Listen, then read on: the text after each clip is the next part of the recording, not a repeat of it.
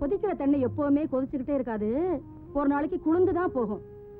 களத்து மேட்டுல எவனாவது திருடினா கூட வயிற்று பசியில செஞ்சான்னு நினைச்சு அவனை மன்னிச்சிருவீங்களே? பெத்த பிள்ளைய மன்னிக்க கூடாதா? மன்னிக்க கூடிய காரியம் ஆடியது. அவன் பிறந்து இவ்வளவு நாள் ஆச்சு, நான் ஒரு நாளாவது அவனை கையை நீட்டி இருப்பேனா? எவ்வளவு ஒரு குட்டிக்காக ஊர்ல இருக்கவன்ட்ட போய் உதவாயிட்டு வந்திருக்கானே. என்னங்க இது, மரத்துல கூட யாரை கட்டிட்டு போடாது? எப்படியோ அவ மனசு இவ மனசு ஒன்னா போயிடுச்சு. அவளுக்காக அடி கூட வாங்கிட்டு வந்திருக்கானே. மேற்கொண்டு ஆக வேண்டிய காரியத்தை பாருங்களாங்க. என்னடி ஆக வேண்டியது?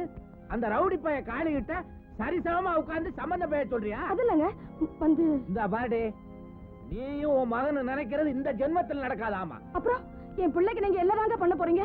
உரங்காம்பட்டி பொண்ணுக்கு நாள் குறிச்சிட்டு வர போறேன். பாடி என் வண்ணக்கிளி, கொழுந்தனார பார்த்ததுல குதூகலமா களை தனியா தாண்டவம் ஆடுது. அவளுக்கு தான் காதல் நான் பார்த்ததுல பொங்கிருச்சு. உனக்கு என்னாச்சு? கதவெல்லாம் திறந்து வழி விட்டு இருக்கிற. மச்சனுச்சு, உன் மச்சான் வந்தார, என்ன பேசி முடிவெடுத்தீங்க? புரியல, அதான் கிளைமேக்ஸ். அடிங்க. ஆனா பொண்ணு மட்டும் ஞாபகம் வச்சுக்கோங்க, இந்த மண்ணுல பிறந்த எந்த பொண்ணும் ஒருத்தனை மனசார நினைச்சிட்டானா பொண்ணு அவனுக்காக வாழ்வா, இல்ல அவனுக்காக செத்து போயிடுவா. அப்படியா? விருமாண்டி, உன் வீச்சருவாளுக்கு வேலை இல்ல வேலை இல்லன்னு கேட்டுட்டு இருந்தல்ல, அதுக்கு வேலை வந்துருச்சுடா. இந்த கோயில் ஆபீசரை கொன்னுமே, அதே மாதிரி இந்த மாணிக்கம் பைய தலைய தனியா எடுத்துட்டு போய் கோயில் சூலத்துல சொருகிடு. மாமா, என்னால உங்களுக்கு எந்த தொல்லையும் இருக்காது. நீங்க சொல்றபடியெல்லாம் நான் கேக்குறேன். அவரை மட்டும் ஒண்ணு செஞ்சிடாதீங்க, ஒண்ணு செஞ்சிடாதீங்க மாமா.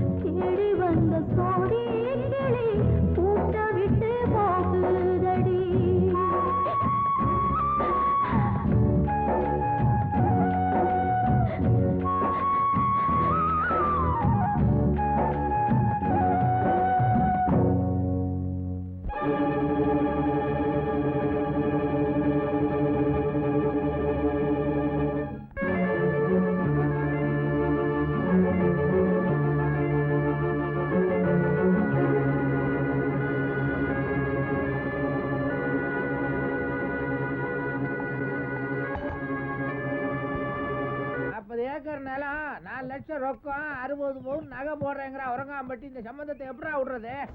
அட அபசகுன மாதிரி தும்முறான் பாரியா. அது போட்டோம், அங்க போறவன் பாவா ராவுத்தன் தானே? ஆமாங்க. ராவுத்தரே, அடடே வாங்க மாப்ள. கார்த்திகை பிற கண்ட மாதிரி இருக்கு.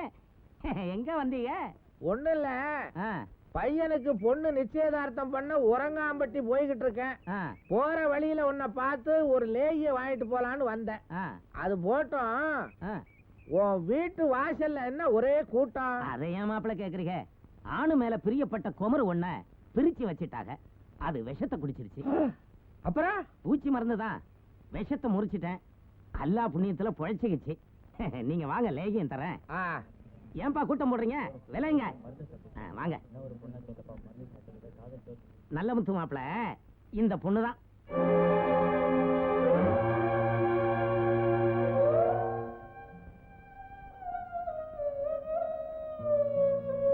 மாப்பிள, வயசான காலத்துல பெத்தவங்களுக்கு பிள்ளைங்க அடங்கி போகணும். அதே சமயத்துல பிள்ளைங்க ஆசைப்படுறதையும் பெத்தவங்க நிறைவேற்றி வைக்கணும்.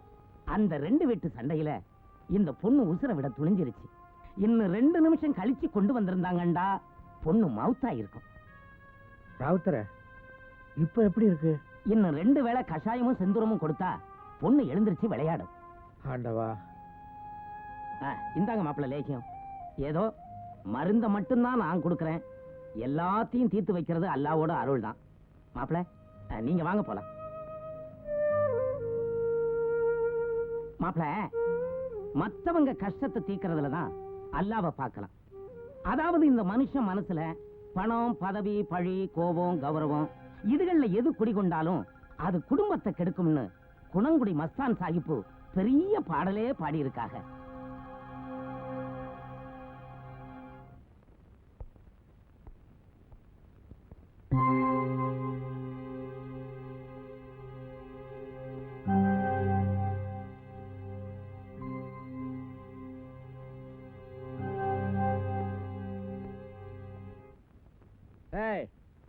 என்ன சோகமா உட்கார்ந்துருக்க? பொண்ணெல்லாம் பார்த்தாச்சு, ஏந்திரடி. ஆமா, நீங்க பார்த்து முடிவு பண்ணிட்டீங்க. இவன் அவளையே நினைச்சு உசுரையே விட்டுருவான் போல இருக்கு. அவளும் அப்படித்தான், இவனையே நினைச்சு உசுரை விட்டுக்கிட்டு இருக்கா. நீங்க எந்த பொண்ண சொல்றீங்க? எந்த பொண்ணு? இந்த காளியப்ப மச்சிருச்சு செல்லக்கிளி இங்க வந்தாளே உம்முன்னு ஒருத்தி, அவதான் விஷத்தை குடிச்சுட்டா. அப்பா, என்னது விஷத்தை குடிச்சிட்டாளா? பயப்படாதே, நம்ம பாபா ராவுத்தர் விஷத்தை முறிச்சிட்டார். முடிவு பண்ணிட்டேன், முறைப்படி போய் பொண்ணு கேட்கணும்னு. காலங்காத்தால அவனையும் கிளம்ப சொல்லு.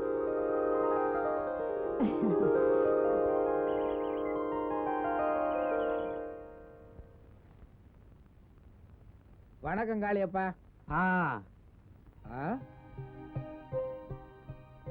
என்ன மேலையூர் நாட்டாமைக்கு காத்து தசை மாதிரி அடிச்சிருச்சா? வருஷத்தட்டோட வீட்டுக்குள்ள வந்திருக்கிறாரு. உன் மச்சினிச்சு செல்லக்கிளிய என் மகன் மாணிக்கத்துக்கு பொண்ணு கேட்க வந்திருக்கோம்.